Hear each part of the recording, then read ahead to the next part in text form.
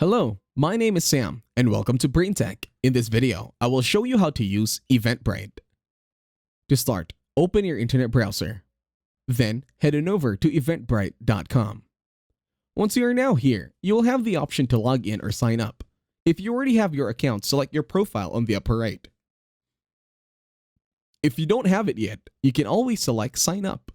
Once you have your account, select Create an Event on the upper right corner. Once you are now in this section of the tutorial, you can now start inputting the details over at your event, starting with location, date and time, details, everything, even the organizer as well, from basic info to event title and those stuff. On the left-hand corner, when you select events, you will see the events that you have made over here.